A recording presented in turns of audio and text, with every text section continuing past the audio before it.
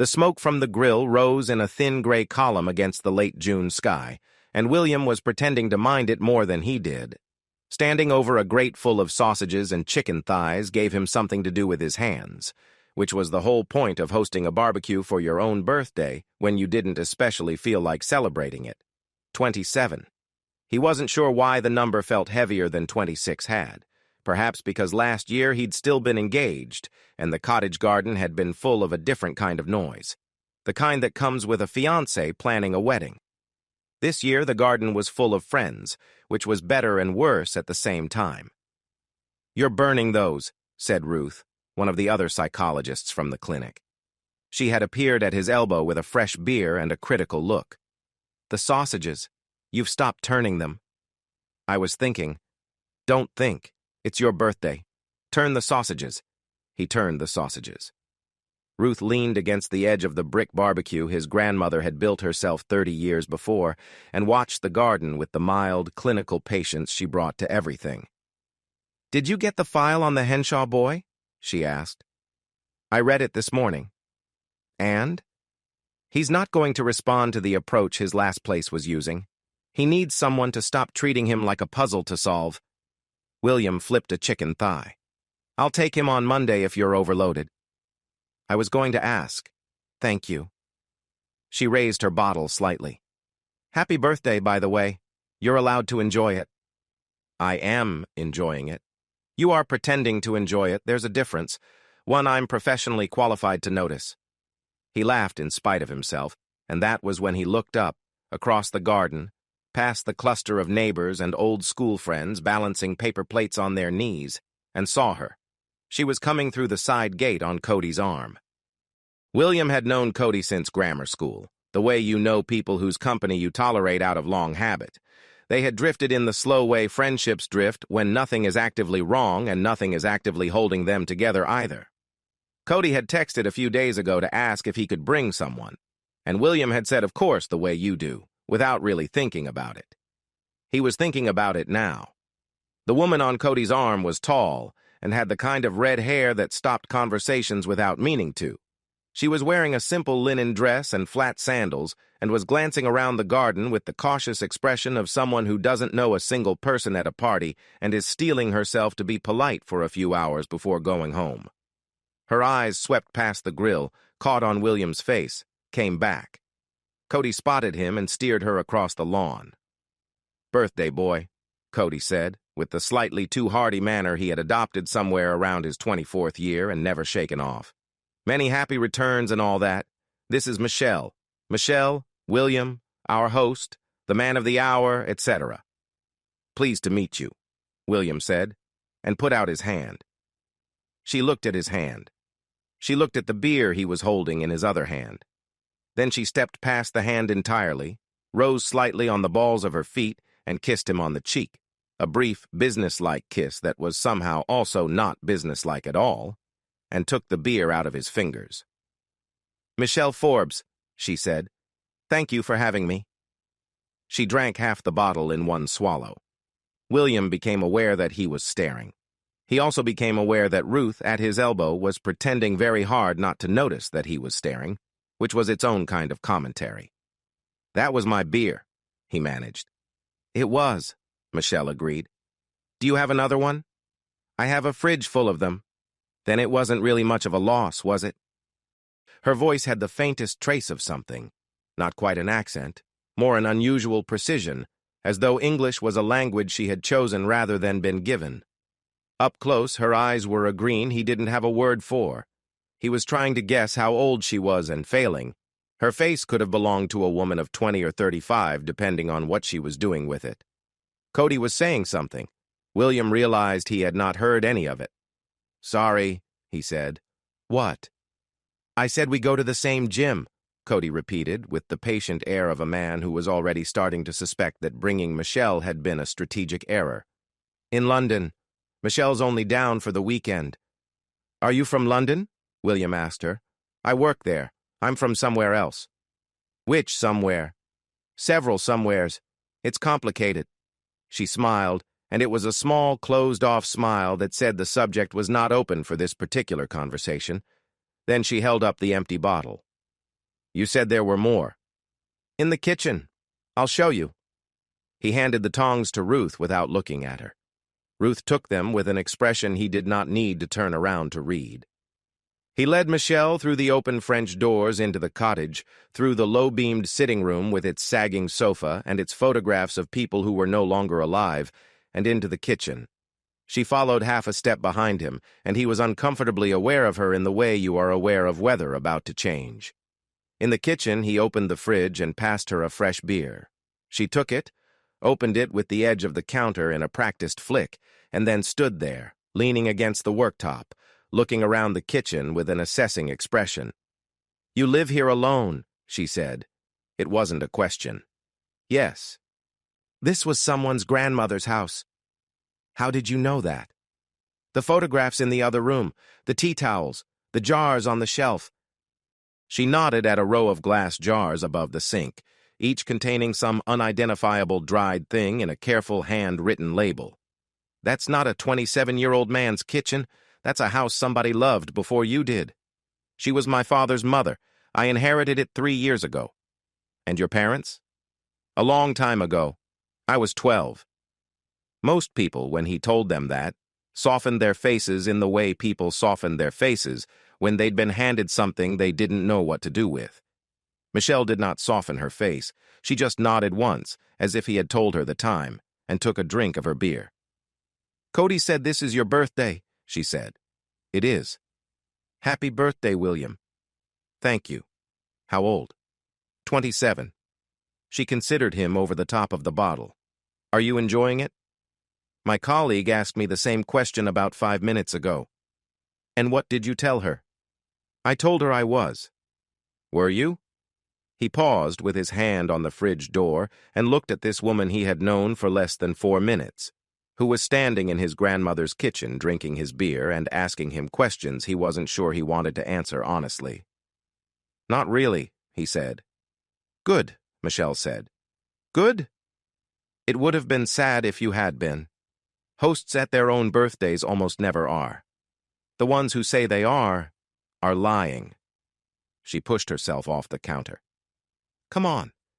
Your sausages are burning. How do you know they're burning? Because the woman at the grill just started swearing. They went back out into the garden.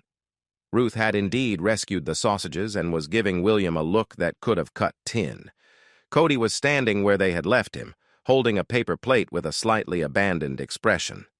William spent the next 4 hours not leaving Michelle's side, and Michelle spent the next 4 hours not moving away from his. They did not make a production of it. It simply happened, the way rain happens. And by the time the sun began to go down over the garden wall, Cody had made his excuses and left. And William was walking him to the gate and apologizing without quite knowing what he was apologizing for. Cody had the grace to shake his hand, though his grip was a touch harder than usual, and the smile he gave was the smile of a man making a note in a ledger he would settle at some unspecified later date. I'll see you around, William, he said. I'm sorry, William said. Are you? No, William admitted. I'm sorry that I'm not sorry. Cody actually laughed at that, a short, tired laugh, and shook his head, and walked off down the lane toward his car. When William came back through the garden, most of the other guests were in the process of gathering their things. Michelle was standing by the grill, which had burned down to its embers, and was talking to Ruth. Ruth looked up as William approached and said, with the careful neutrality of a woman choosing her moment to exit, I'm going. Happy birthday, William. It was a lovely party. Thank you for coming. Thank you for the sausages. Some of them even survived. Ruth glanced at Michelle, back at William, and then, without quite smiling, said, I'll see you at the clinic on Monday. Monday, William agreed. Ruth went. The last of the other guests went. The garden emptied out until there was only the two of them, and the smell of wood smoke, and the slow blue fall of dusk over the Sussex fields. Michelle was still standing by the cold grill. She had taken off her sandals at some point and was holding them in one hand. Her feet were bare on the grass. I should probably be calling a taxi, she said. Should you? I should probably be doing a lot of things. Are you going to do any of them? She looked at him for a long moment in the blue light, her red hair going dark at the edges where the day was leaving it. And then she said, "No, I don't think I am." That was how his 27th year began. There was no conversation about it. That was the strange thing, the thing William would remember later when he tried to work out where the edges of it had been. There was no sitting down at the kitchen table and talking about whether Michelle was going to move in. There was simply a weekend, and then another weekend, and then a weekday that she took off from work, and then the small brown suitcase she brought down from London on the Friday train that turned out to contain not quite enough clothes for the length of time she stayed. Then there was a Saturday in the second week, and William drove her to her flat in London, and they came back to Sussex with the boot of the car full of shoes. "How many pairs of shoes does one woman need?" he said on the M25, in the voice of a man who already knew he had lost the argument and was only making a ceremonial protest for the record. "These aren't all of them," Michelle said. "These aren't all of them. These are the ones I'm bringing this week. This week. There will be more next week." "Of course there will." She put her hand on his knee briefly and looked out the window at the gray, wet English motorway and said nothing else about it. By the end of the third week, the small third bedroom of the cottage, which William had used for the 2 years he had lived there as a place to dump the boxes he had never unpacked after his grandmother's funeral, had been emptied of William's boxes and refilled with Michelle's shoes. Not disorderly either. Michelle did not do disorder. The shoes had migrated into the room on the first Sunday, and by the second Sunday there were floor-to-ceiling shelves along one wall that she had somehow acquired and somehow assembled, and each pair of shoes had its own place on the shelves, ranked by some private taxonomy that William did not understand and knew better than to ask about. "You can't call this a bedroom anymore," he said, standing in the doorway of it one evening, looking at the shelves. "It was never a good bedroom. The window faces the wrong way. It's a shoe room now. It's a wardrobe. It's a shoe room, Michelle. If you say it's a shoe room one more time, I'm taking over the second bedroom as well." He said nothing further about the shoe room. A week after that, she mentioned in passing, over breakfast, that she was going to have to fly to Hong Kong on Sunday evening for work and would be gone for a week. He put his tea down. "Hong Kong," he said. "Yes. For work. I work for a merchant bank. We have a big office in Hong Kong. I spend 1 week in 3 there. I thought I'd told you this." He cast his mind back over the preceding weeks and realized, with a small, uncomfortable lurch, that she had in fact mentioned it, glancingly, in passing, between other things, and he had filed it somewhere in his head under things to ask about later and then not asked. "You didn't tell me it was 1 week in 3. Does that make a difference?" "I don't know yet. Ask me in a month." On the Sunday evening, he drove her to Heathrow. She had a small cabin bag and a laptop case and nothing else, which struck him as extraordinary given the state of the shoe room. In the short-stay car park, she kissed him through the open window of the driver's side and said she would call when she landed, and then she was gone through the terminal doors, and the car suddenly felt much larger than it had 5 minutes earlier. He drove back to Sussex on the motorway in the dark. The cottage, when he let himself in, was wrong. He did not have a more specific word for it than that. It was not particularly changed. The kettle was where it had been. The sofa was where it had been. The photographs of his grandmother and his grandfather and his parents were where they had been. But there was a shoe room upstairs that was also not a bedroom, and there was a hairbrush on the windowsill in his bathroom that was not his, and there was a half-finished cup of coffee on the kitchen counter that she had made and not drunk because they had been running late, and the whole of the house had quietly, in the course of 3 weeks, reorganized itself around the presence of a woman who was now in the air over Russia. He stood in the kitchen for a long time. Then he washed her coffee cup and put it on the draining board and went to bed. She called him at some unholy hour the next morning, Hong Kong time, sounding tired and far away and glad to hear his voice. He held the phone against his ear in the dark and listened to her describe the view from a window of a building he couldn't picture, in a city he had never been to, and understood somewhere underneath his ribcage that this was the shape his life was going to have from now on, if he wanted it. He wanted it. She came back on the Saturday morning. He met her at arrivals. She walked out of the sliding doors, dragging her cabin bag behind her with the flat, exhausted expression of the frequent traveler. And then she saw him, and her face changed, and she dropped the bag in the middle of the concourse and crossed the last 10 feet of the airport at something close to a run. When she reached him, she put her arms around his neck and her face against his shoulder and didn't say anything for nearly a minute. "Hello," he said eventually, into her hair. "Hello. How was Hong Kong?" "A long way away." "Are you tired?" "Yes." "Do you want to go home?"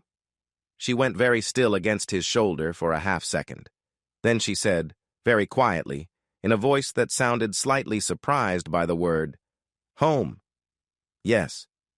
"Yes," she said. "Please." A month after that, he started clearing out the junk that had accumulated along one wall of the shoe room. By the end of the next weekend, he had wedged a narrow desk in under the window and run a power cable along the skirting board, and Michelle had a small, cramped, perfectly functional home office built around the shelves of her shoes. She stood in the doorway the first evening it was finished and looked at it for a long moment and did not say anything, and then walked past him into the kitchen and began to cook dinner without speaking. Later that night, in bed, in the dark, she said, "Nobody has ever done anything like that for me before. It took me a weekend. I know how long it took you. It was nothing." It was not nothing, William. He did not know what to say to that. So he put his arm around her and pulled her in against him, and she fitted there the way some things fit, and neither of them said anything else. The pattern established itself the way patterns do, without announcement. 2 weeks at the cottage, 1 week in Hong Kong, 2 weeks at the cottage, 1 week in Hong Kong, like the turning of a lock. The cottage, during her 2 weeks, had a rhythm that William began to think of as the full version. She would come downstairs in one of his sweatshirts in the morning and make coffee in the kitchen and talk to him about her day in London at the start of it rather than the end, which he liked. She would take over the sofa in the evenings with a glass of wine and her laptop propped on her knees and work until about 10, and then she would put the laptop away and curl up against him and watch whatever he was watching without really watching it. On Saturdays, she would drag him out of the cottage to markets in the neighboring villages, and they would come back with more cheese and olives and fresh bread than 2 people could reasonably eat, and would eat most of it anyway. The cottage during her 1 week away had a different rhythm, the reduced version, and William told himself he was adjusting to it fine. He mostly was. It helped that he had the clinic. The clinic was a large Victorian house outside a nearby village, converted 20 years earlier into a private residential facility for children with behavioral difficulties. Half of its beds were occupied by the troubled children of the extraordinarily wealthy, a market the clinic's founders had identified early and catered to shamelessly, and the other half by children from the local catchment whose care was funded through the NHS and through the clinic's charitable foundation. William had been working there since his 2nd year of doctoral training, first as a junior and now as one of 4 staff psychologists who between them covered the round-the-clock duty roster. When Michelle was in Hong Kong, William took most of the overnight call. It suited everyone. It saved his colleagues from being away from their families, and it saved William from going back to the cottage and eating dinner across from an empty chair. He was good at his job. He had been told this often enough to start believing it. He was especially good at the thing the job most needed him to be good at, which was listening to a child for long enough and carefully enough to understand what the child was trying not to say.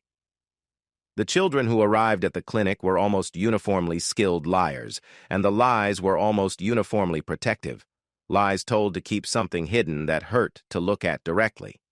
William's job, as he understood it, was not to catch them in the lies. His job was to make the room safe enough that they could eventually set the lies down on the table between them and walk away from them. He would reflect later that it was the kind of skill a man should probably notice he was only deploying at work. The encrypted laptop arrived in the 2nd month. It came in a black hard case with foam cutouts and a courier from London, and Michelle opened it at the kitchen table with the slightly weary expression of a woman who had been expecting it to arrive at some inconvenient time and was only mildly disappointed to be proven right. "What is that?" William asked. My new work laptop. It looks like something that's been dropped out of a helicopter. It's essentially the same thing. She lifted it out of the foam. It was matte black and slightly heavier than a normal laptop and had no visible branding of any kind. The bank's IT department is paranoid. Don't ever look over my shoulder while this is on, by the way. It has a camera that watches the user's face, and if it sees a second face, it locks itself and hides whatever I was working on. You're joking. I'm not joking. It also needs voice and iris confirmation to open in the first place. I know. I laughed too the first time. Then I met the clients the software is designed to protect, and I stopped laughing. Are your clients criminals, Michelle? She paused with the laptop half out of its case and looked at him across the kitchen table. It was a brief look, and it passed quickly, and she smiled as she answered. But he would remember the pause. My clients are rich, she said. Rich in the particular way where confidentiality is the single most valuable service their bank provides them. That's all. I'm not laundering drug money, William. I'm just looking after it very carefully once other people have finished laundering it. She said the last sentence as a joke. William laughed, because it was clearly meant as a joke. He did not entirely stop hearing it for several days afterward. A courier came 3 days later and installed a small, expensive-looking router in the corner of the shoe room. It had no lights. Michelle's laptop was the only device in the cottage that could see it. William knocked on the door of the shoe room after that, before he went in. He did not make a conscious decision to start doing this. It just began. His 28th birthday fell on a Saturday 12 months to the day after the barbecue. Michelle had been back from Hong Kong for a week. She had taken over the planning of the day entirely and had refused to let him see the schedule. The schedule turned out to be a long lunch at a pub in a village he'd never been to, followed by a walk along a stretch of the downs that had a view all the way to the coast on a clear day, followed by the plan, which she announced in the car on the drive back, of cooking him dinner and not letting him lift a finger until Sunday lunchtime. At the pub, over dessert, he took the small square box out of his jacket pocket and put it on the table between them. Michelle looked at it for a long moment. Then she looked at him. William, just open it. William. Michelle, open it. She opened it. Inside was his grandmother's engagement ring, a small, old, unfashionable thing with a single diamond in a gold setting that had been cut in a decade neither of them had been alive for. He had had the band cleaned, but he had not had it altered. It looked like what it was, which was a ring that had belonged to a woman who had loved her husband for 51 years. Michelle's eyes filled up, and she put her hand over her mouth, and for a second he thought she was going to say yes. Then she closed the box very gently and slid it back across the table toward him. William, she said for the third time. Her voice had gone quiet. Please don't ask me that. I just did ask you that. Please unask me. Why? Because if I say yes, something will go wrong. Something always goes wrong. Every marriage in my family has ended badly. My parents, both of my sisters, my aunts, my grandparents on both sides. It's in the blood, William. I don't want us to become one of them. I'd rather have what we have now forever than have a wedding and then lose you. Michelle, that isn't how genetics works. I know it isn't how genetics works. I have a degree in finance. I know how genetics works. She smiled a little, through wet eyes, and reached across and touched his hand where it was still holding the closed ring box. Please, ask me anything else. Ask me to move in. I already have. Ask me to stay for the rest of my life. I already am. Just don't ask me for a piece of paper that in my family is a curse. He looked at her for a long time across the lunch table. Can I give you the ring anyway? He said eventually. I don't. Not as an engagement. Just as a thing of mine I want you to have. My grandmother would have liked you. She would have wanted someone to wear it. Please. She closed her hand around the box. On a chain, she said. I'll wear it on a chain, around my neck, under my shirt. Why under? So I can feel it without anyone having to ask me about it. The next morning, she bought a fine gold chain in the village and threaded the ring onto it, and she put the chain around her neck in the bathroom mirror, while he watched from the doorway. The ring disappeared under the collar of her shirt. She turned from the mirror and put her arms around him and said into his collarbone, "Ask me again next year. I mean it. I want you to ask me again next year." "Why?" "Because one day I'll say yes. I just need to be somewhere I can say it from. I'm not there yet." He did not entirely understand that sentence. He filed it too, next to the pause in the kitchen about the clients. It was not one big thing after that. It was a slow accumulation of small things. The way she would take calls in the shoe room with the door closed, even calls that sounded from the few words he caught like the most ordinary work calls. The way her Hong Kong phone number went to voicemail more often than it was answered. The way she would sometimes, when she thought he wasn't looking, trace the inside of her left wrist with her fingertip, where there was a small tattoo of 3 Chinese characters that she had once told him was a tribute to her father and had never mentioned again. The way she would deflect any question about her life in Hong Kong with a smile and a joke and a change of subject so smooth that you had to be a professional listener to notice it was a deflection. William was a professional listener. He noticed. He did not do anything about what he noticed, because what exactly would a man do? Demand an itemized account of a partner's work week? Rifle through her laptop, which anyway would lock itself the moment he leaned over it? Follow her to Hong Kong one week and see for himself what she did there? He thought about the last one, occasionally. He never mentioned it to her. When he had mentioned, once, in a neutral voice, the idea of flying out to see her during one of her weeks there, she had said, "Oh, William, it would be awful. I'd be in meetings the whole time and you'd be sitting in a hotel room hating me by the end of it," and had changed the subject so adroitly that he hadn't realized until hours later that she had, in fact, said no. He asked her to marry him on his 29th birthday. She said no, gently, with tears in her eyes, and asked him to ask her again next year. He asked her on his 30th. Same answer. On his 31st, she cried harder than she had the previous years, and apologized for crying and said, "I'm working on it. I promise I'm working on it." He didn't ask what it was she was working on. He had started by then to be afraid of the answer. His 33rd birthday fell on a Thursday. They had lunch at the same pub they'd gone to for his 28th. It had become a small private tradition, a thing they did. And they ate too much and drank 1 glass of wine each because Michelle was driving, and William was, in his quiet way, working up to something. Over coffee, he put the ring box on the table. Michelle looked at it. Her expression did not change. She had known, he realized, the moment he'd suggested lunch at this particular pub, that this was coming. She had known this morning. She had probably known a week ago.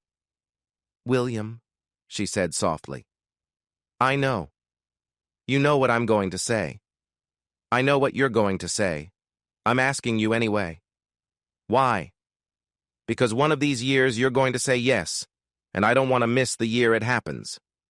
She laughed, a wet laugh, and reached up and touched the place at the base of her throat where, under her blouse, the chain was. He could see the faint outline of the ring against the fabric. "The answer is the same," she said. "And I'm closer than I was last year. I promise. I'm nearly there." Nearly there to what? She looked at him for a long moment across the table, and he saw her weighing up behind her eyes whether this was the year she told him, whatever the thing was she had been not telling him for 6 years. And then he saw her decide that it was not. "Nearly there," she said again. "Please, let's go home. I want to give you your present."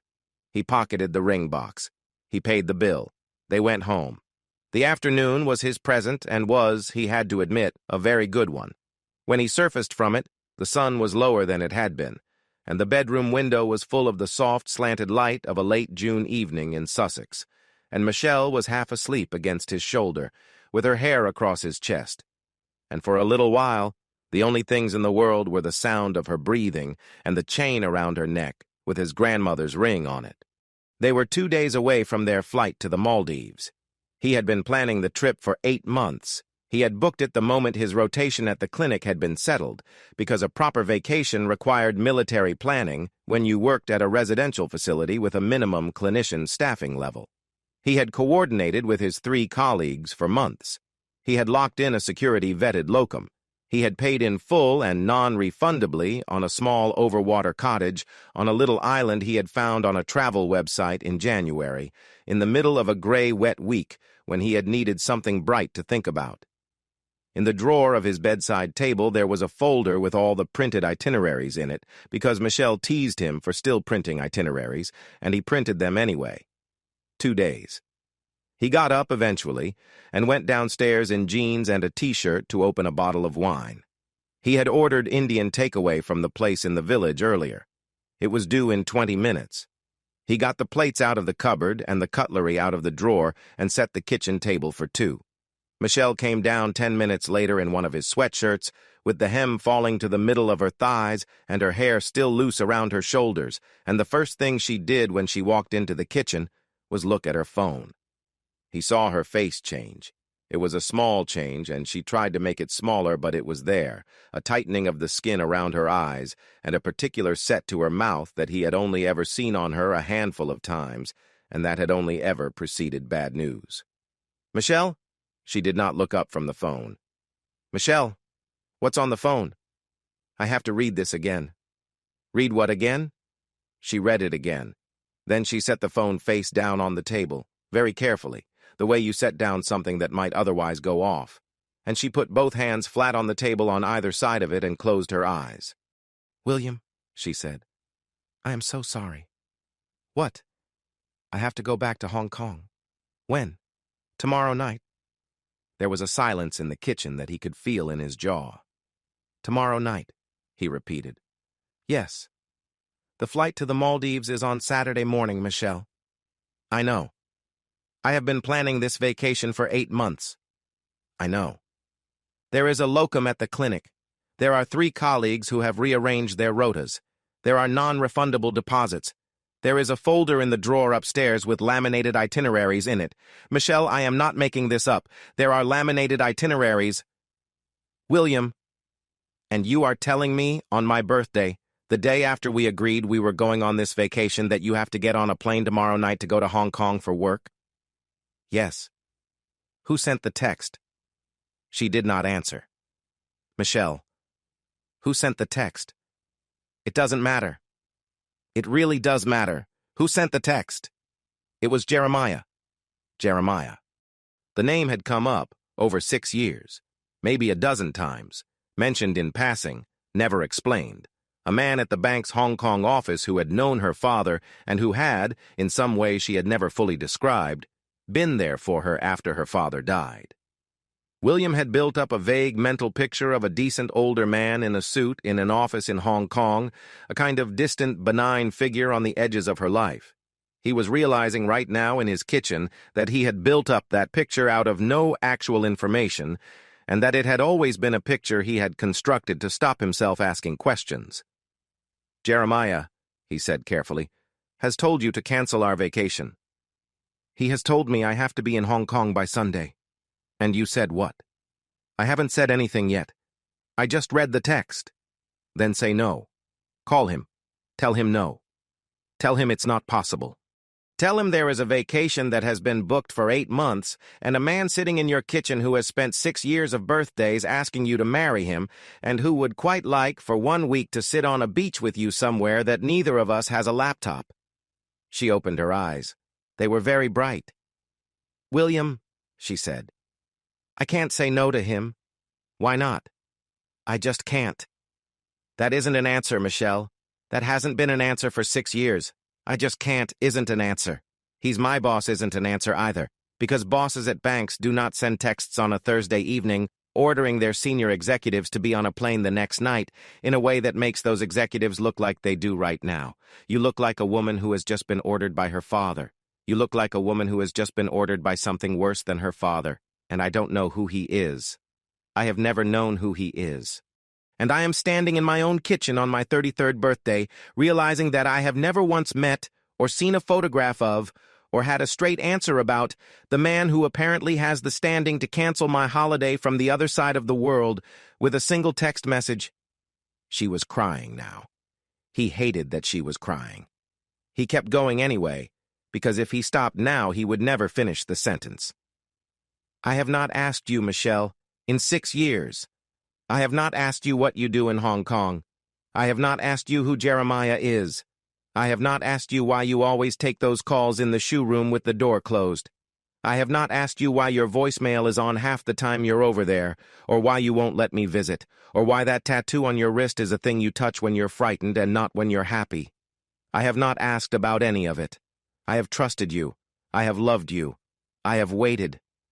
And every year I have put a ring back in a box and put the box back in a drawer and told myself that one day you'd be ready to tell me, because that's what love is supposed to do. It's supposed to wait. William, I am done waiting, Michelle. The doorbell rang. They both flinched. It was the takeaway. Of course it was the takeaway. Life did not have the decency to stop for the important scenes. Life sent a teenage boy on a moped with a paper bag full of lamb Rogan Josh at the exact moment you were trying to end or save something. William walked out of the kitchen without another word, down the hallway, and opened the front door. The boy at the door was about 17 and had an earbud in one ear and said, "That's 24 pounds 90, mate," in a voice that was entirely untouched by any of the evening's events. William paid him and added a tip and took the paper bag and closed the door, and stood in the hallway with his forehead against the cool wood of the door for several seconds with his eyes closed. When he came back into the kitchen, Michelle had not moved. She was still sitting at the table with both hands flat on either side of the phone. Her eyes were wet, and her shoulders were shaking very slightly, but she was not making any sound. He set the bag on the counter. "Michelle." "Yes." "I am going to the Maldives on Saturday. That is not a negotiation. That plane is leaving the runway with me on it, whether or not you are in the seat next to me. If you are on the flight to Hong Kong tomorrow night, then you need to leave the rings here. Both of them. The one on the chain around your neck, and the one I gave you to wear on your other hand 4 years ago. You put them in a dish on the kitchen table before you leave, and when you come back from Hong Kong, if you come back from Hong Kong, we are going to have a conversation about whether you still live here." Her whole face went white. "William, I love you, Michelle. I have loved you since the evening you stole my beer in this house. I have loved you through every week you have been away, and every phone call that has gone to voicemail, and every call taken with the door closed. I will probably love you for the rest of my life whether or not you stay. But I am not going to spend another 6 years asking a woman to marry me who cannot tell me the name of the thing that is stopping her from saying yes. I am not. Not anymore. Not after tonight." He did not raise his voice once during the entire speech. That later would be one of the things he remembered most clearly about it, that he had managed somehow not to raise his voice. Michelle sat at the table with her hands flat on either side of her phone and did not answer him. Then, slowly, she stood up. Her chair scraped back across the tiles. She did not pick up the phone. She walked past him without touching him, out of the kitchen, into the hallway, and he heard her bare feet on the stairs going up. He heard the door of the shoe room close. Not slam. Close. He heard a few seconds later the low murmur of her voice through the ceiling. He could not make out any words. He could only make out the shape of the voice, the rise and fall of it, the long pauses, the moments where it cracked. He stood in the kitchen with the bag of takeaway on the counter and did not open it.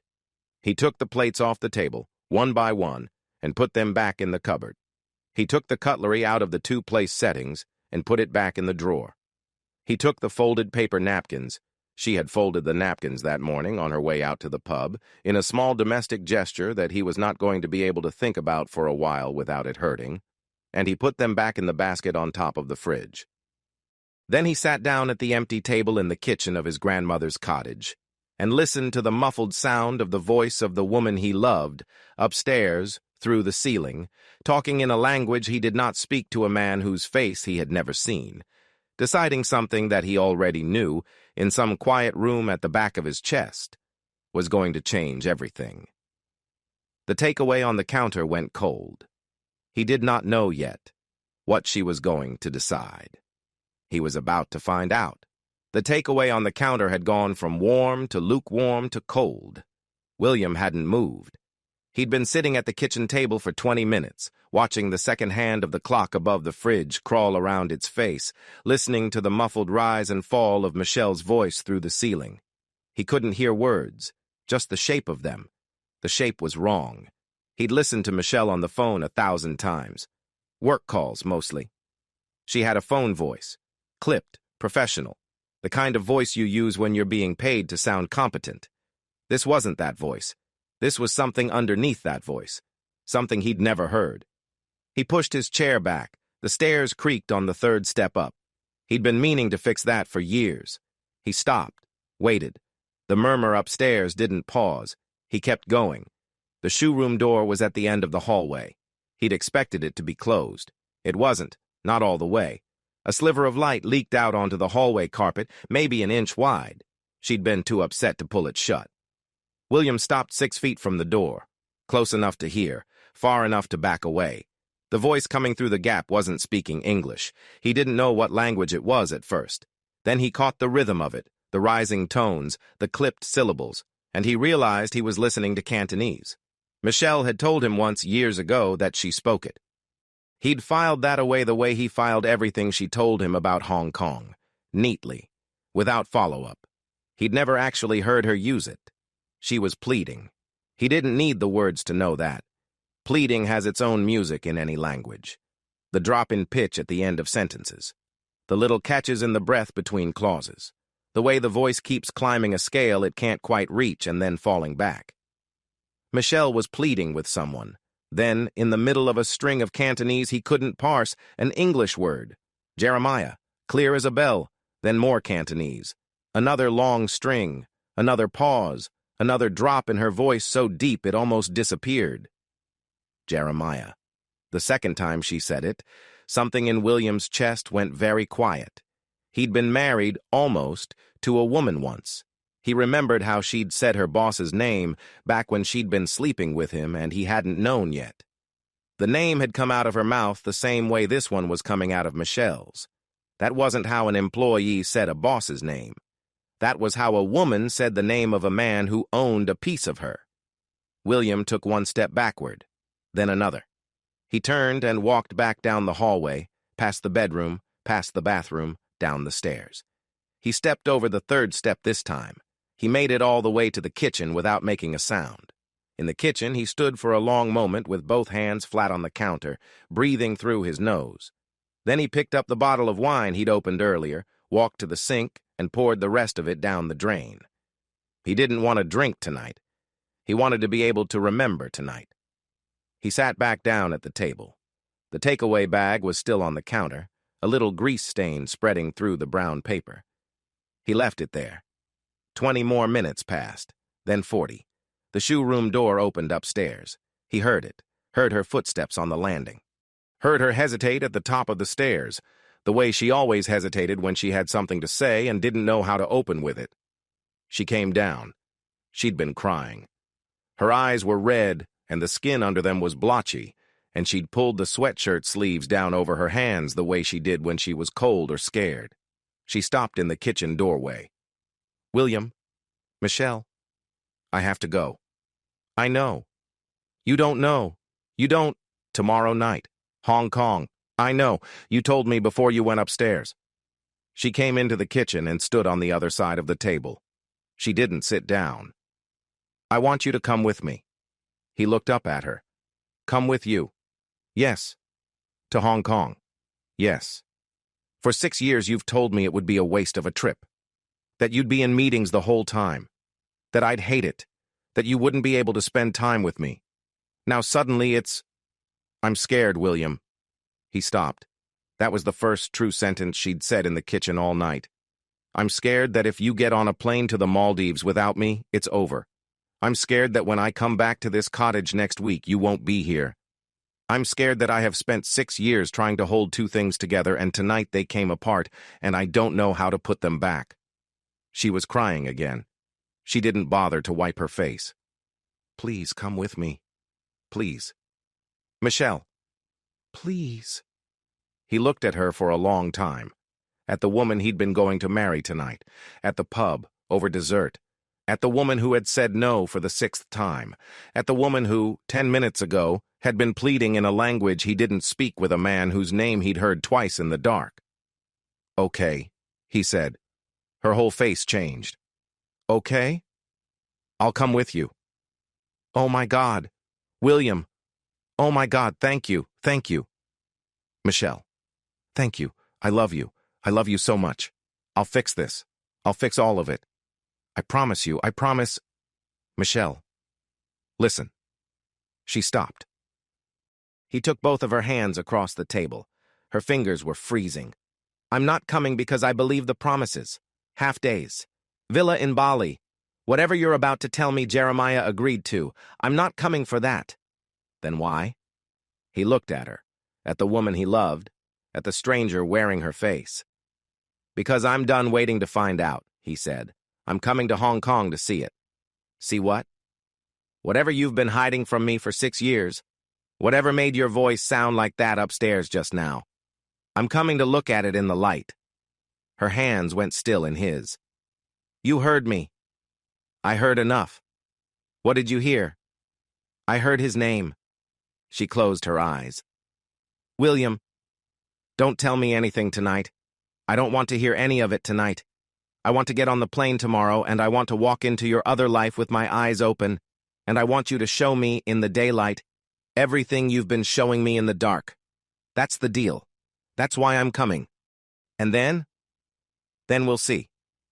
That's not an answer. No, William said. It isn't, but it's the only one I've got.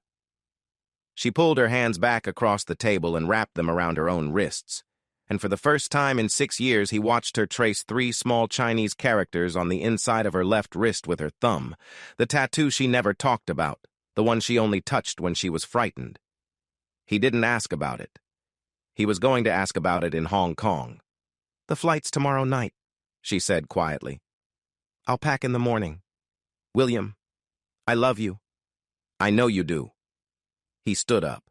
The takeaway bag was still on the counter, cold and greasy and untouched. He picked it up, dropped it in the bin, and went upstairs to pull a suitcase out of the closet. The flight was 14 hours, and William didn't sleep any of them. Michelle slept.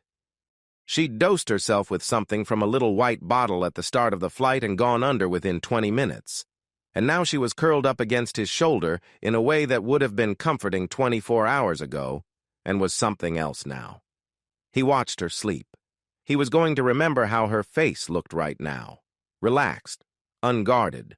The version of her that existed when nobody was watching, because he had a feeling that the version of her he was about to meet in Hong Kong was going to be a different person, and he wanted to be able to tell them apart.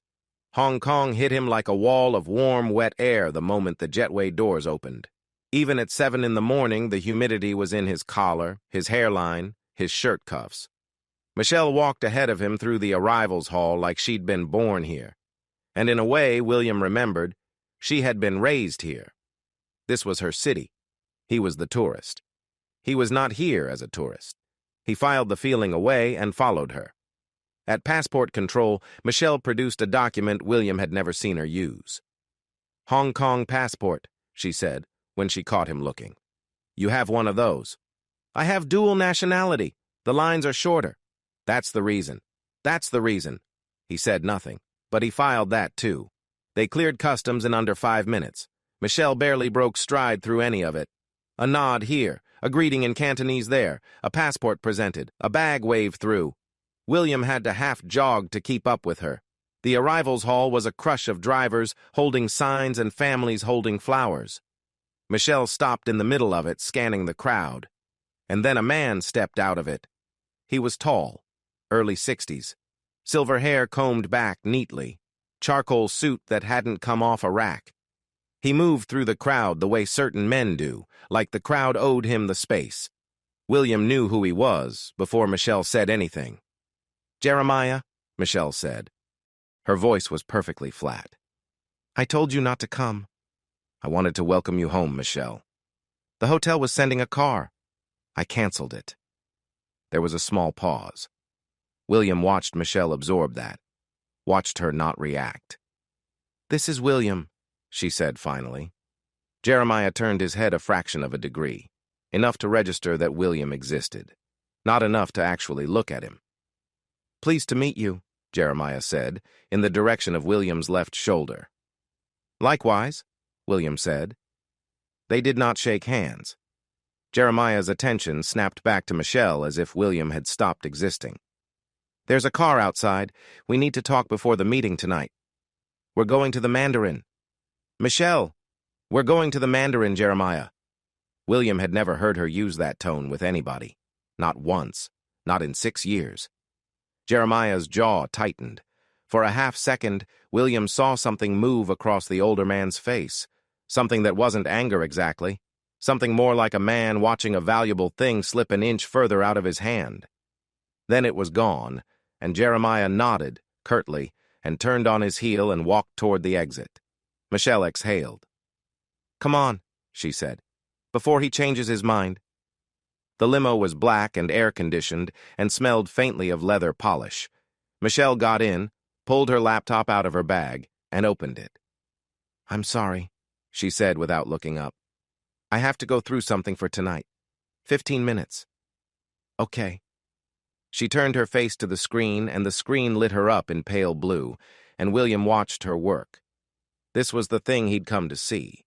The Michelle he knew, the one who drank coffee in his sweatshirt in the kitchen on Saturday mornings, laughed at her own typos. She muttered at her screen when a formula broke. She stretched her neck from side to side every few minutes without thinking about it. She was a person while she worked, you could tell. This Michelle was not a person. This Michelle stared at the screen with her jaw set and her mouth slightly open and did not blink. Her fingers moved on the keyboard the way a concert pianist's fingers move, without consulting her. Whole minutes passed where William watched her and could not see her draw a breath. Her eyes flicked across the screen in small, precise saccades. She did not mutter. She did not stretch. She did not exist except as a mechanism for whatever the laptop was telling her. 15 minutes later, she closed the laptop, and it was like watching someone flip a switch back. Her shoulders dropped. Her face softened. Her eyes blinked. She turned to him and smiled. "Sorry, done." "Michelle." "Yeah?" "What were you just doing?" "Reviewing a client's portfolio." "Is that what that was?" She looked at him. "What do you mean?" He didn't answer. He turned and looked out the window at Hong Kong going by. He'd just seen her do something for 15 minutes that he had no name for, and she hadn't even realized he was watching. The Mandarin Oriental was all marble and quiet, and white flowers in tall vases. The front desk was staffed by 3 women in matching silk dresses. The tallest one stepped forward as Michelle approached. "Good morning, Mrs." Michelle's hand came up. Just a small gesture, a finger barely lifted. The clerk stopped mid-word. Her face went pale.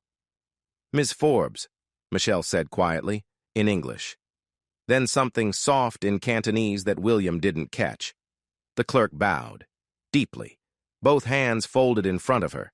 She said something back in Cantonese, and Michelle nodded once, and the whole exchange took maybe 6 seconds. "Harbor Suite, Ms. Forbes. Your key." Michelle took the key. "Thank you." They walked toward the elevators. William waited until the doors closed before he said anything. "She was about to call you Mrs. Something." Michelle watched the floor numbers climb. "Yes." "Mrs. what, Michelle?" "William, please." "Mrs. what?" She closed her eyes. "Not tonight." "Please. Just let me get you to the room. Let me order you dinner. Let me take you somewhere tomorrow where we can talk without—" She gestured at the elevator, at the hotel, at the whole city above them. "Without this listening." He looked at her in the mirrored wall of the elevator. She looked like a woman standing in front of a door she had been trying not to open for 6 years. "Okay," William said. The elevator chimed. The restaurant was on a side street 3 blocks from the Mandarin, down a flight of stone steps so narrow William had to turn his shoulders to get through them. There was no sign outside. There was a red lantern over the door and a brass bell that rang when you pushed it open, and that was all. Inside, it smelled like star anise and hot oil and something green and bright William couldn't place. A tiny woman in her 70s came out from behind a lacquered screen and stopped dead. "May May." The woman said something in rapid Cantonese that William couldn't follow, and Michelle laughed. The real laugh, the one from the cottage kitchen, and stepped into the woman's arms, and the 2 of them stood there hugging for a long time. When they broke apart, Michelle was wiping her eyes. "Auntie Lamb, this is William." The old woman turned and looked up at William. Her eyes were very black and very sharp, and she examined him from his hair to his shoes and back up again, taking her time. Then she said something to Michelle in Cantonese. Michelle blushed, actually blushed. "What did she say?" William asked. "She said you have a kind face." "Is that what she said?" "That's part of what she said." Auntie Lamb patted William's arm once, firmly, almost a slap, and led them through the main room, past tables full of Chinese families shouting at each other happily over bowls of noodles, to a small alcove at the back with a round table and a curtain that could be pulled across for privacy. She pulled the curtain halfway shut, said something final and brisk to Michelle, and disappeared. "What did she say that time?" "She said she's bringing me the things I used to eat when I was sad." "You used to come here when you were sad." "I used to come here when my father died. Auntie Lamb fed me for a month." William sat down across from her. The food came in waves, small dishes, a clear soup with white fish and ginger, steamed buns with something dark and sweet inside, a plate of leafy greens and garlic. Michelle ate with her chopsticks in an unconscious, practiced way that made William realize she had eaten with chopsticks more often in her life than she had eaten with a knife and fork. He waited until the third dish before he started. "When did you first feel safe in this city, Michelle?" She looked up. "What kind of question is that?" "An easy one. When did you first feel safe here?" She thought about it. Really thought. She wasn't suspicious yet. "When I was 14. My dad had been here with me for 6 months, and I'd been angry about everything. The move, the school, the city. One night he took me for dinner at a place like this. Not this place. A place like this. And I remember sitting across from him with a bowl of noodles and thinking, okay, I can live here. If he's across from me, I can live here." "Who taught you to feel safe?" "My father did." "And when he died?" Her chopsticks stopped. "William, I'm just asking." "You're asking like..." "I'm asking because I want to know. When your father died, who taught you to feel safe again?" He kept his voice exactly the way he kept his voice at the clinic. Open, unhurried. A question, not an accusation.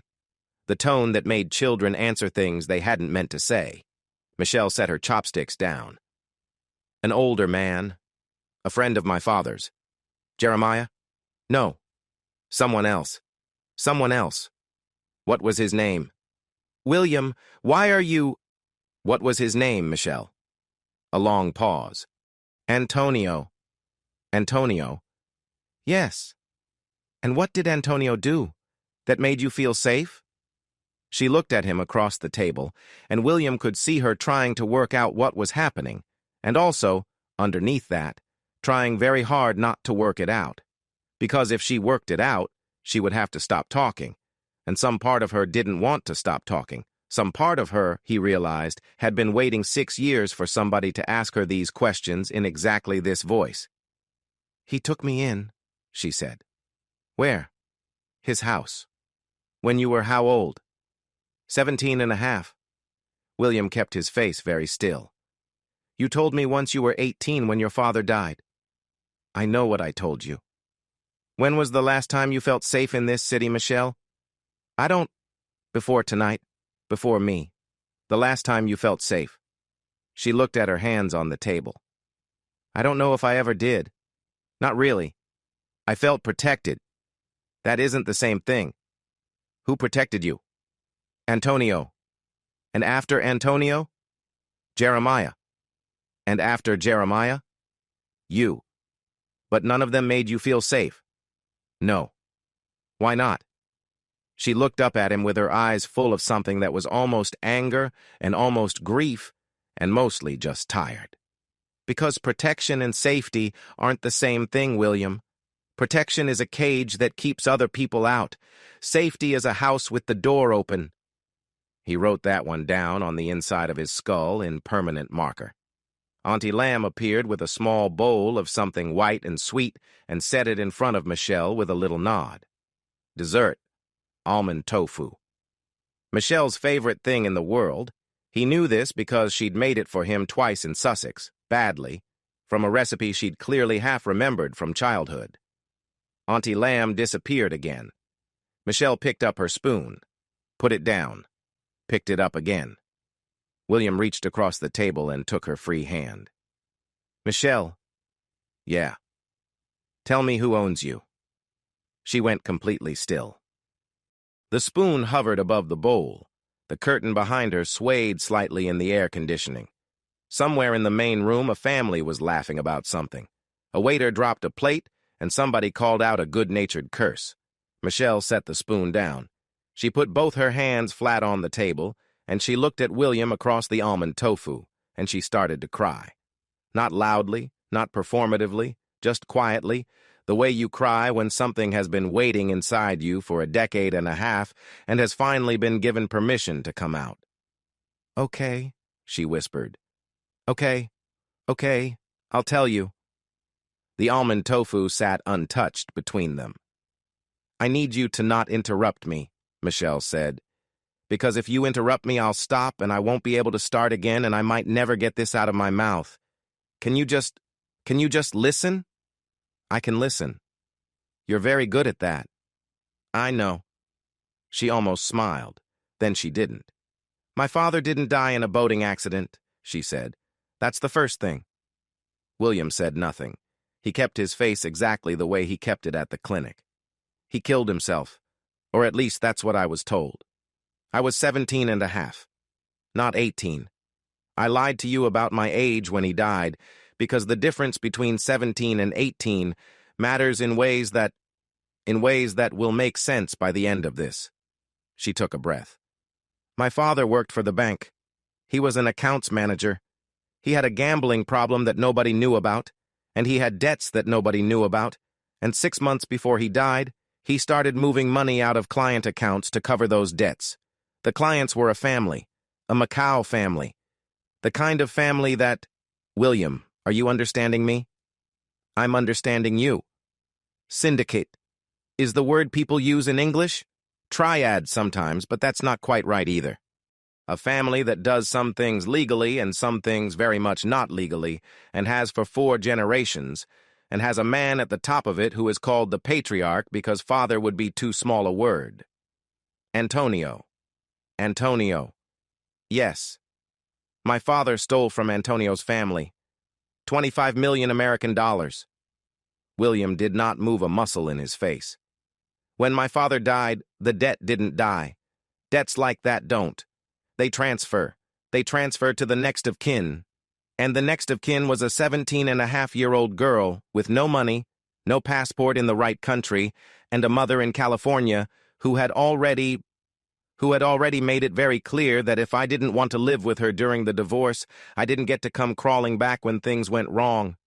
Michelle, don't. Okay. She picked up her water glass with both hands and drank from it slowly.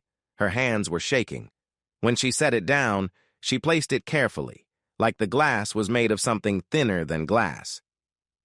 I was told I was going to be taken to Macau. Do you understand what taken means in that sentence? Yes.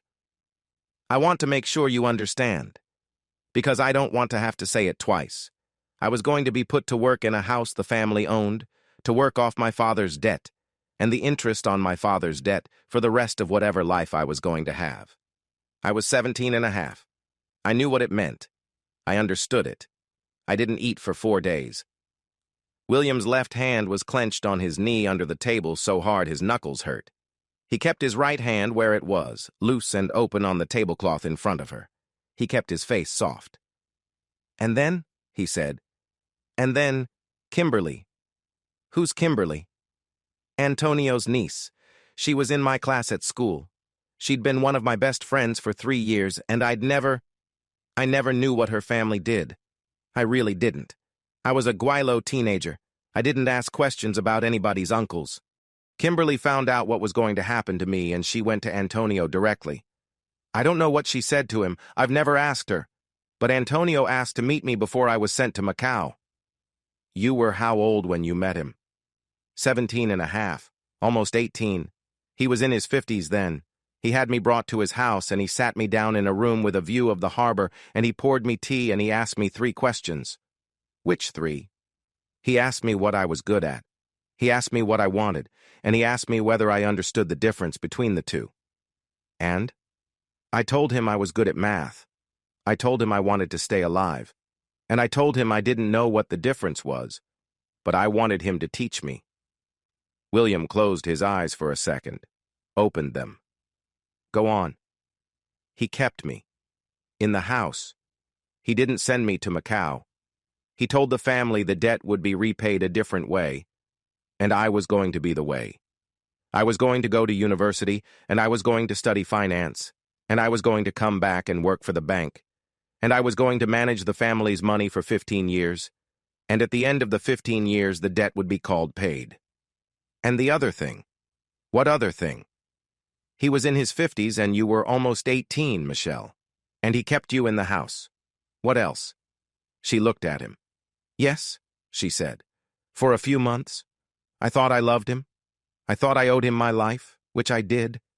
And I didn't understand the difference between gratitude and love. I was a child, William. I was a terrified child, and he was the only person in the city who had looked at me and not seen a body with a price tag on it. Yes. I slept with him. For maybe 4 months. What stopped it? His wife. His wife stopped it. His wife is the smartest person in that family. She took one look at me and saw what was coming, me falling in love with him properly, him getting attached, me becoming a vulnerability to the organization, and she sat us both down in her kitchen and she ended it. She did it kindly. She told me I was going to be her daughter from that day forward instead, and she meant it. She's called me her daughter for 15 years. And Jeremiah. Jeremiah was the public face of the guardianship. Antonio couldn't be seen to be raising a British girl. It created exposure the family didn't want.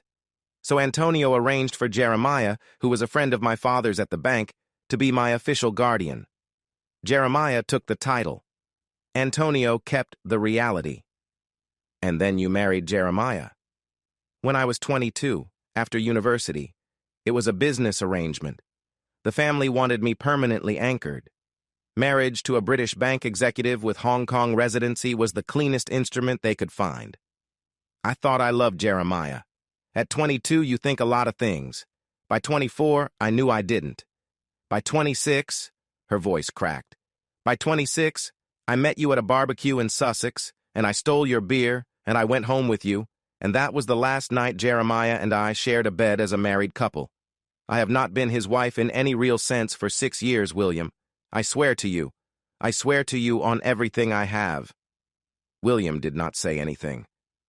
There are still, for appearance's sake, business trips where we share a suite, social events where I wear the ring he gave me and let people call me his wife. I told Antonio I couldn't keep doing that 2 years ago. Antonio told me to hold on until the 15 years were up. How many years are left? 1. I have 1 year left. 1 year. 1 year. And then Antonio releases me from the debt, and Jeremiah signs the divorce, and I come home to Sussex, and we get married, and I never come back to this city again. That was the plan. That has been the plan since the week after I met you. I have been counting down the months.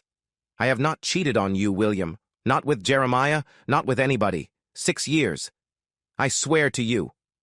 William took a long breath. Why tonight? He said. Why not 6 years ago? Because until tonight, she stopped. Started again. Until tonight, I thought I could keep the 3 parts of my life in separate rooms. You in one, them in another, me in a third. And if the rooms never touched, nobody would get hurt. Not you. Not them. And especially not me, because I wasn't going to have to feel any of it at once. She was crying openly now, without bothering to hide it. But I was standing in the middle of all 3 rooms the whole time, William. I wasn't in any of them. I was in the place where they all overlapped. And tonight?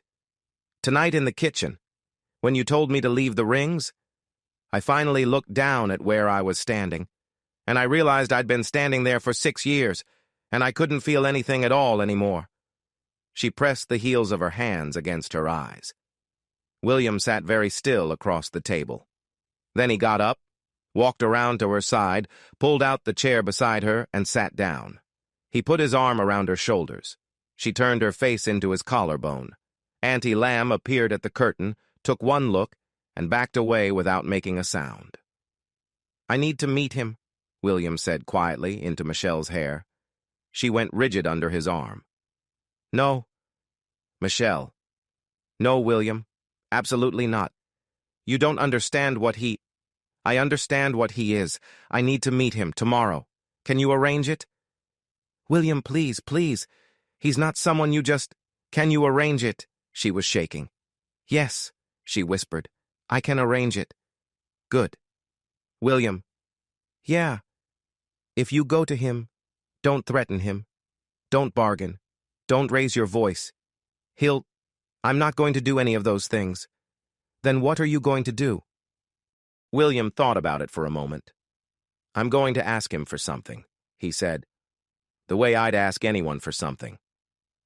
The tower was 63 floors of dark glass on the central waterfront, and Antonio's office was on the top one. William had worn the only suit he'd packed. Michelle had wanted to come. He'd told her no. "William, this part I do by myself.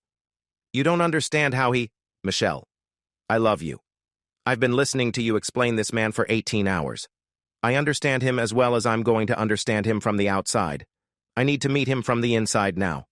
Stay at the hotel. I'll come back. Promise me. I'll come back." "That isn't a promise. It's the only one I can make." The woman at the reception desk on the 63rd floor took his name and said something into a headset and then stood up and walked him silently down a long hallway lined with black wood paneling and very small paintings William was pretty sure were Chinese originals from a century he wouldn't be able to name. She opened a door at the end of the hallway. "Mr. William," she said softly, and stepped back. The office on the other side of the door was not what William had been expecting. He'd been expecting something theatrical. Red silk, a desk the size of a bed, bodyguards along the walls. Instead, it was a small room with a view of the harbor, a single low table with 2 chairs, a tea set already laid out, bamboo in a pot by the window, no desk at all, no phones, no bodyguards. A man in his 60s rose from the far chair. He was smaller than William had expected. Slim, neat, silver at the temples, wearing a charcoal suit without a tie. His hands were folded in front of him the way a priest's hands are folded. His face was calm and curious. "Mr. William. Mr. Antonio.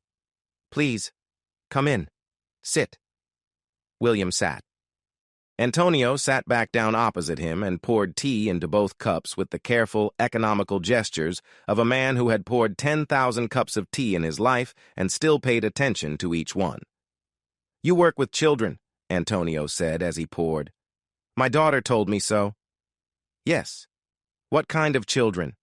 "Disturbed ones, suicidal ones, angry ones, children who have been told by the adults around them that something about them is wrong and who have come to believe it. And your job is to untell them. My job is to listen long enough that they can untell themselves."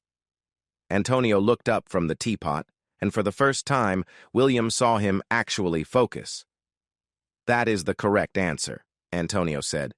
"I was hoping you would give it." He passed William a small cup. "You have come to ask me for something?" "Yes." "Not for yourself?" "No." "For my daughter?" "Yes." "Tell me."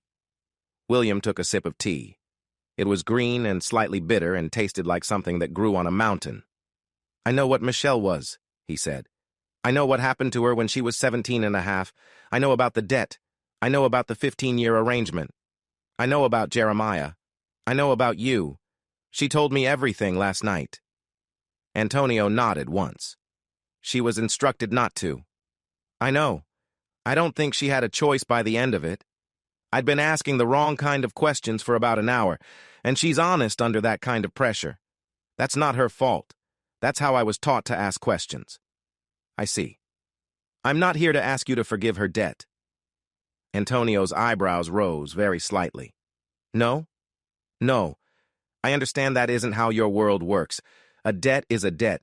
If I came in here asking you to tear up a ledger because I love the woman on the other side of it, I'd be insulting you and wasting both our time. I know that. I'm not here for that. Then what are you here for? William set the teacup down on the low table between them. I'm here to ask you to shorten the clock. Shorten the clock. She has 1 year left. I'm asking you to make it 3 months. Antonio was quiet for a long moment. Why 3 months? Because 3 months is long enough for her to close out her accounts at the bank with dignity, long enough to hand off the family's portfolio to whoever comes after her, long enough to untangle the divorce from Jeremiah without embarrassing him in front of people he still has to work with. 3 months is enough time to do the thing properly. It's less than a year. It's more than tomorrow. Go on. The last year isn't about money, Mr. Antonio. It isn't about whether she's finished paying. She finished paying a long time ago. The money part, anyway. The last year is just a calendar. It's the final 12 squares on a clock somebody started winding when she was 17. It doesn't do anything. It doesn't buy anything. It doesn't protect anything. It just runs, because a deal made 15 years ago said it would run. And I am asking you, as a man who has called her his daughter for 15 years, to notice what the calendar has cost her. I have been with her for 6 of those years. I have been with the version of her that the rest of her life could not see. I have watched her pay for 6 years in a currency you don't have a column for on your ledger. In silences, in phone calls she couldn't take in front of me, in a ring on a chain around her neck instead of on her finger, in 6 birthdays where she told the man she loves that she couldn't marry him and couldn't tell him why. William kept his voice exactly level. She has paid, Mr. Antonio. She has paid in full. The last 12 months are interest on a debt she no longer owes. I am asking you, respectfully, as someone who has nothing to offer you in return except the observation that I have seen the cost from the outside, to let the last 12 months go. The room was very quiet. Outside the window, a container ship was crossing the harbor slowly, leaving a white wake behind it. William watched the ship and waited. He did not speak again. He had come to say one thing, and he had said it. And now the only thing left to do was sit still and drink tea and let the other man decide. Antonio did not move for a full minute. Then he picked up his own cup and took a small, slow sip.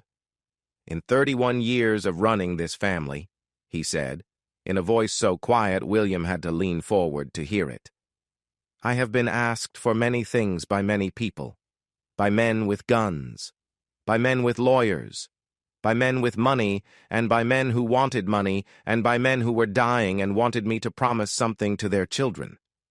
Do you know what they all have in common, Mr. William? Tell me. They were all asking for something for themselves, even when they dressed it up as being for someone else. Somewhere inside the ask, there was always a thing they wanted to receive, a favor, a contract, a debt of their own forgiven, their name spoken kindly at a dinner I would attend later. And? You are the first person who has ever asked me for something for her without asking for anything for yourself? Antonio set the teacup down. You did not even ask me to make her love you. She already loves me. I don't need your help with that. Antonio smiled. It was a small, surprised, genuine smile. The smile of a man who has been surprised by a thing very rarely in the last 30 years. 3 months, he said. 3 months? 3 months. Starting today. At the end of 3 months, her debt is marked paid.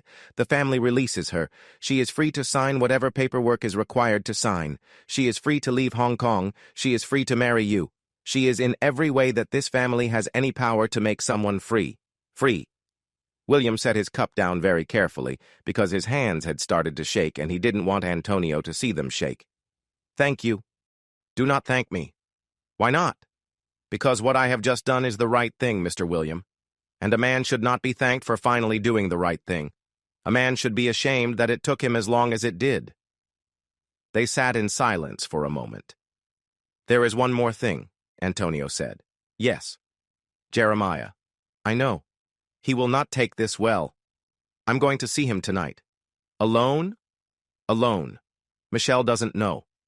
Antonio looked at him for a long moment. Tell him, Antonio said, that I told you to come. Is that true? It is now.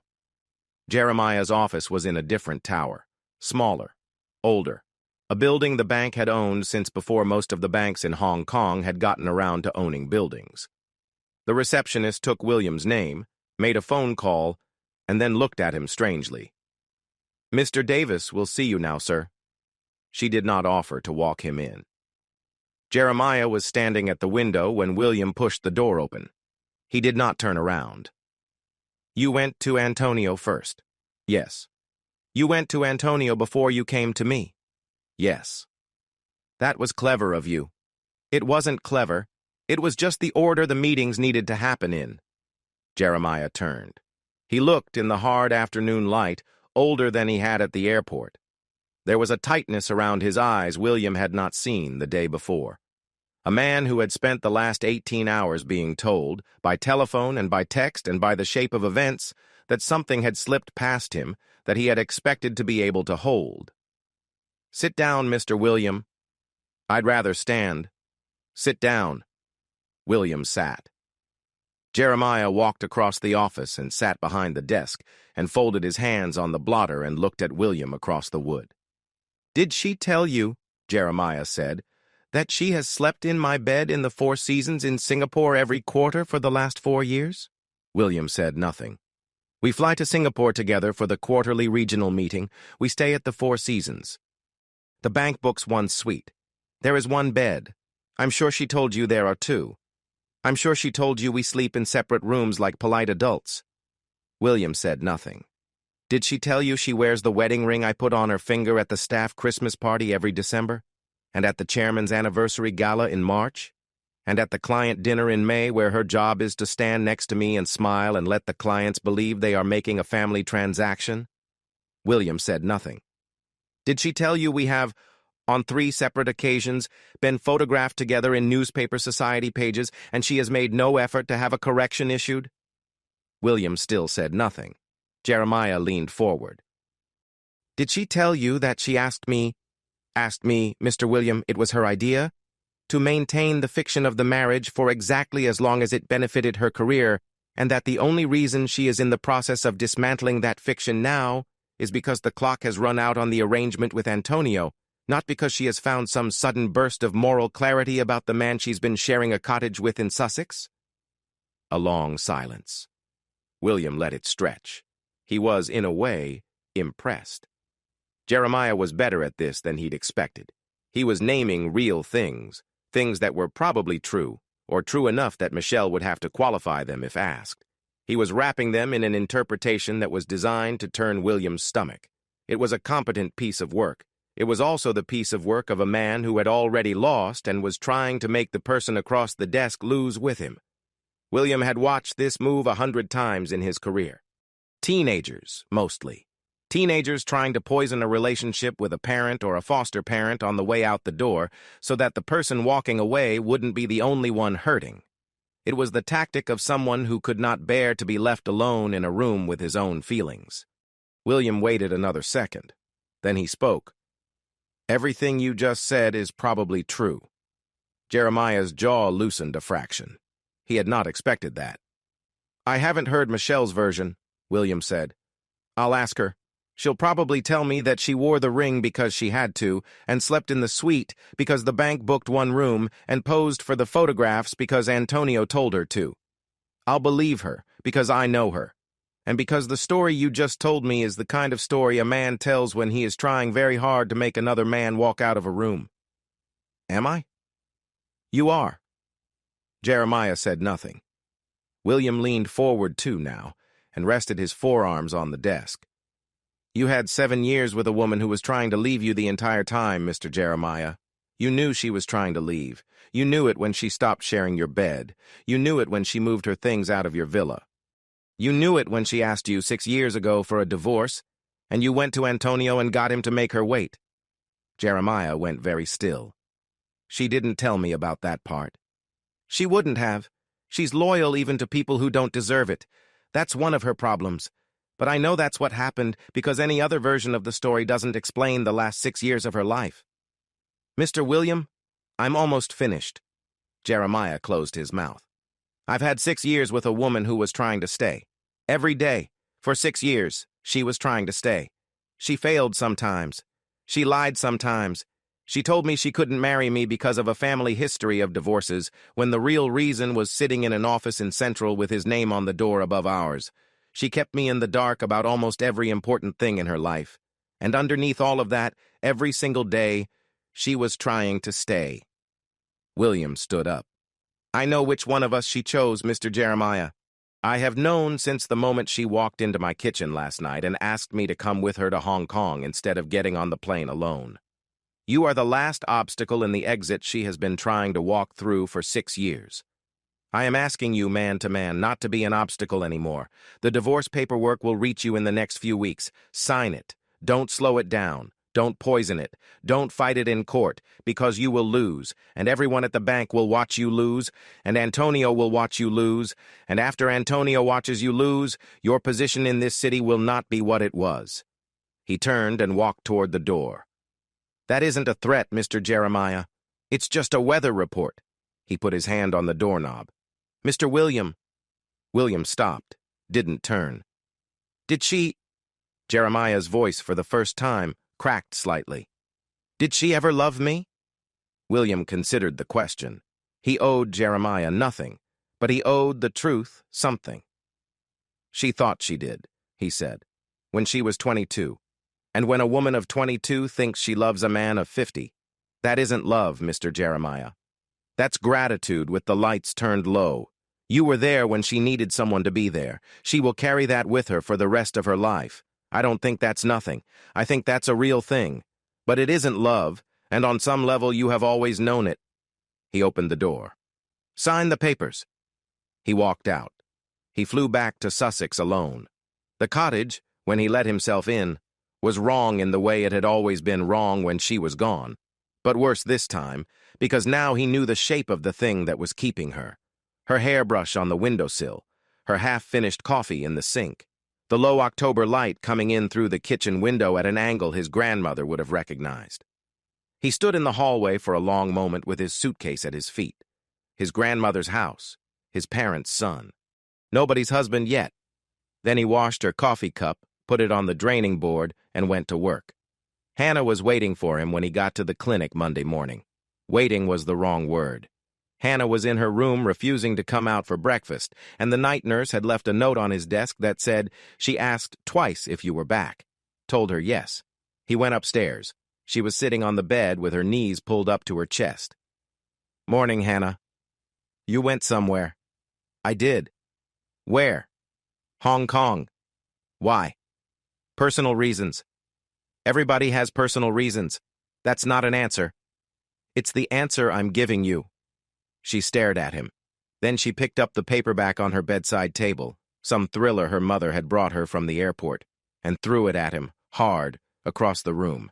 He caught it by reflex. It had been thrown to hit his chest. Hannah, you left. I was gone for 4 days. You left without telling me. I didn't know I was leaving when I saw you Friday. I'm telling you now. I don't care. He sat down in the chair by the window and set the paperback on the windowsill. Okay. Okay what? Okay, you don't care. You're allowed not to care. Stop doing that therapy voice. That's just my voice. It's a trick. It's designed to make me say things. I know what you're doing. I've read about what you're doing. Probably. There are books about it. I hate you. Okay.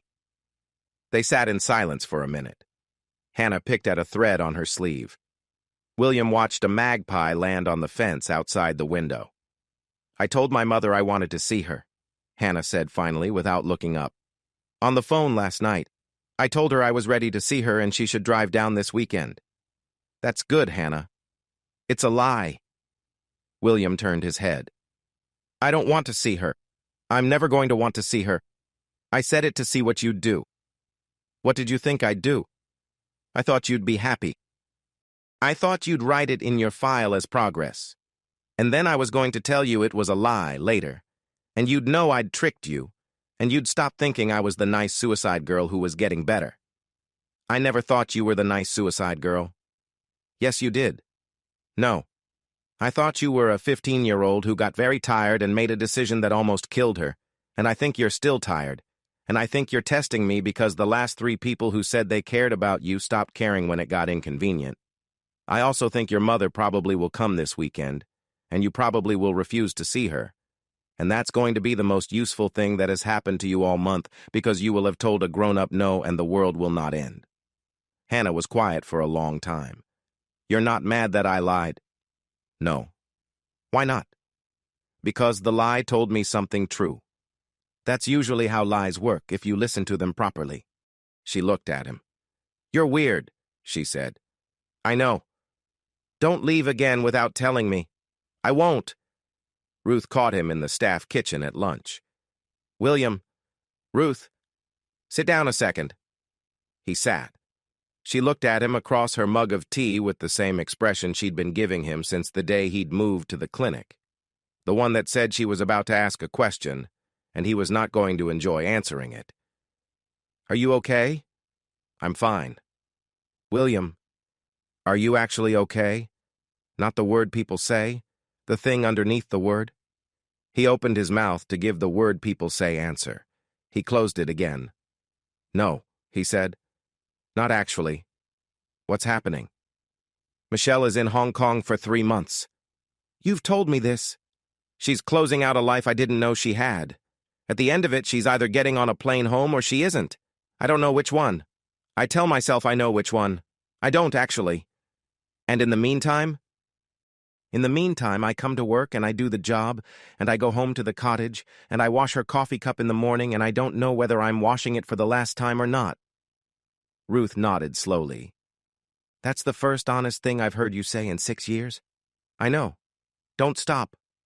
I'll try. Hong Kong. The last morning. Michelle woke up at 5 in the apartment above the garage block, in the bed she had slept in for 11 years, and for a long moment she did not move. The apartment was already half empty. The furniture had gone yesterday. The clothes had gone the day before. What was left was the bed, a suitcase by the door, a kettle on the counter, and a hairbrush on the bathroom windowsill that she had been avoiding for 3 days. She got up. She made tea in a mug she was planning to leave behind. She drank it standing at the window, watching the harbor go from black to gray to gold. Then she walked into the bathroom and picked up the hairbrush. It was the hairbrush Antonio's wife had given her when she was 18. A heavy lacquered thing, black, with a red phoenix on the back. A proper brush for a young woman who will need to look proper, Mrs. Antonio had said, putting it into her hands in the kitchen of the villa the first week Michelle had lived there. Michelle had used it every morning for 15 years. It had crossed oceans with her. It had sat on a windowsill in Sussex half the time, and a windowsill in Hong Kong the other half, and she had never, in 15 years, left it behind anywhere. She stood in the bathroom with the brush in her hand. Then she walked to the kitchen, opened the cupboard under the sink, dropped the brush into the bin bag, tied the bag shut, and carried it downstairs to the big metal bin by the garage. She did not look in the bin after she dropped the bag in. She walked back upstairs, picked up her suitcase, and did not look at the rooms again. She called William from the taxi to the cemetery. I just threw something away. What? A hairbrush? Michelle. I know how it sounds. I know. It's just a hairbrush. I'm telling you because I need to tell somebody, and you're the only person who would understand why a hairbrush is not just a hairbrush. I understand. Are you at the cottage? I'm at the clinic. I'll be at the cottage in an hour. I wanted to tell you something else. Antonio called me yesterday. Okay. He said you made him a promise when you met him in his office, about his birthday. William went very still in his office chair. He had, actually, forgotten about the promise. Antonio had slipped it in at the end of the meeting, after the 3 months had been agreed. One small thing, Mr. William. An old man's small thing. Once a year on my birthday, I would like Michelle to come and drink tea with me, in my office, for an hour, as long as I am alive. And William had said, of course, because it had cost nothing in the moment, and because Antonio had just given him 3 months of Michelle's life back, and because it had not occurred to him, not until right now, sitting in his office at the clinic with Michelle's voice in his ear, that he had just agreed, on her behalf, to a return ticket to the city she was trying to leave. Once a year. For the rest of an old man's life. Michelle, It's okay. It isn't. I should have asked you. You should have. But William, it's also okay. It's one day a year, and he is an old man. And he did something for us when he didn't have to. I'm not angry. You're quiet, though. I'm quiet because I realized when he told me that I'm not actually going to be free of this city. Not all the way. Not ever. There's going to be a thread, always. One day a year, a flight, a teacup, a man who called me his daughter for 15 years. And I'm going to have to carry that with me into the rest of our life, and you're going to have to carry it with me. And I didn't want you to find out about it from him instead of from me. William closed his eyes. I'm sorry. Don't be. Don't make any more promises on my behalf, even small ones, even kind ones. I won't. I'm at the cemetery. I have to go. Michelle. Yeah. 2 more weeks. 2 more weeks. She stood at her father's grave for a long time without speaking. She had brought the jade bangles Antonio's wife had given her when she was 18. 6 of them, stacked on her left wrist, the ones she had been wearing the night of the club a lifetime ago. She slid them off one by one and laid them on the stone at the base of the headstone. 6 small green circles. She did not say anything. She walked back to the taxi. That night, alone in the empty apartment, on the last night she was ever going to sleep in it. She lay on her back on the bare mattress and looked at the ceiling and thought about what Jeremiah had said to William in his office. William had told her about the meeting on the phone. Most of it. Not all of it. There was one sentence he had not repeated, and she had not asked him to, because she had heard it in the pause before he changed the subject.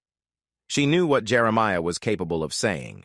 She knew also that whatever he had said, William had carried it home to Sussex, and was carrying it still, and was going to have to set it down, eventually, in a room with her in it, and ask her whether it was true.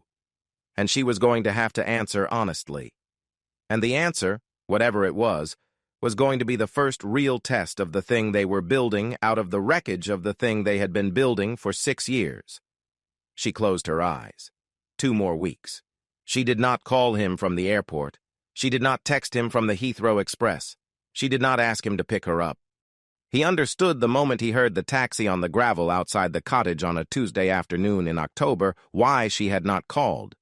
Because she wanted to see his face before he had time to arrange it, and because she wanted to be the one deciding the moment it happened, and because for 15 years she had walked into rooms other people had arranged for her, and she was not going to walk into this one on anyone's schedule but her own. He was in the kitchen when it happened. He had been washing a mug. He heard the taxi door and the driver's voice, and a second voice, quieter, shorter, saying thank you in the tone of someone tipping well. He put the mug down. He walked down the hallway and opened the front door before she could knock. Michelle was standing on the path with one suitcase, a small one, the one she had left with, in June, when he had driven her to Heathrow. It had been full of clothes then. It did not look full now. She was wearing jeans and a gray sweater he did not recognize, and her red hair was longer than he remembered, and her face was thinner, and there were shadows under her eyes that had not been there in June. She looked like a person who had been traveling for a very long time, not just the flight, but the whole 3 months, the whole 15 years. They stood there for a moment, he in the doorway, she on the path. "Hi," she said. "Hi. Is this a bad time?" "No, it isn't a bad time. One suitcase. The apartment? Sold. The clothes? Gone. The bank account? Barclays, in pounds. No more Hong Kong dollars. No more phone number that ends in +852. A pause. The hairbrush? In a bin behind the garage on Victoria Peak. Still there, I hope. Good. She looked down at her hand, at his grandmother's ring on her finger. "William, before I come inside, I need to ask you something." "Ask." "When you met Jeremiah in his office, he said something to you at the end. Something you didn't repeat to me on the phone. I heard the shape of it in the pause. What did he say?" William was quiet for a long moment. He had known she was going to ask. He had been rehearsing the answer for 2 weeks. "He said that the version of you I married was going to last exactly as long as you were trying to escape him. That the moment you were free, I would be living with the version of you that had spent 15 years learning to survive inside that family, and that I was going to look across a breakfast table one morning in 5 years and not recognize the woman I was living with, and that I was going to wonder whether I had married a person or a performance. Michelle did not move. "Is he right?" she said very quietly. "I've been thinking about that for 2 weeks. And I think he's half right. I think you learned to survive inside that family, and the survival left marks on you that are not going to go away because you got on a plane. I think the woman I'm going to be living with is going to be harder than the woman I thought I knew, and sadder in some rooms, and quieter in others. I think there are going to be mornings when I don't fully recognize you. I think there are going to be mornings when you don't fully recognize yourself. And I think Jeremiah confused performance with survival. They look the same from the outside if you don't love the person doing them. He never loved you. I do. I'll know the difference." She made a small sound, not quite a laugh, not quite a sob, and covered her mouth with both hands. "Take off the ring," he said. "What?" "Take it off. Give it to me. I want to do this properly." She pulled the ring off her finger. It came off easily, she had lost weight, and placed it warm in his palm. William dropped down onto one knee on the doorstep. "Michelle Forbes," he said, "will you marry me?" "Yes." "Yes?" "Yes. Yes. Yes." He slid the ring back onto her finger, and it fit exactly the way it had in the pub on his 33rd birthday, and exactly the way it had on the chain around her neck for 6 years, and exactly the way it had in his grandmother's bureau drawer for the 20 years before that. She was laughing and crying at the same time. He was laughing too. Somewhere behind them, a wood pigeon was calling in the hedge. He stood up. He picked up her suitcase. For 6 years, he had pictured their life as 3 circles on a piece of paper that refused to touch. Him in one, her in another, the thing in Hong Kong in a third. He had spent 6 years trying to move the circles closer together with his hands, like a man pushing coins across a table. It had never worked. He understood, carrying her one small suitcase across the threshold of his grandmother's cottage, that he had been wrong about the geometry the whole time. The circles had been overlapping since the first night. That was what he had been missing. The overlap was not a place the 3 circles were moving toward. The overlap was where she had been living, alone, all along, in the thin sliver of space where all 3 of her lives touched, and none of them held her. It was the loneliest shape in the world, and she had been standing in it for 15 years, and he had not been able to see her there because he had been looking at the circles instead of at the space between them. She was not in the sliver anymore. She was in his hallway. He closed the door behind them both. The story continues with a prequel from Michelle's perspective. It will be uploaded in a few hours, so please stay tuned and show your support. Thank you for your time. Have a great day.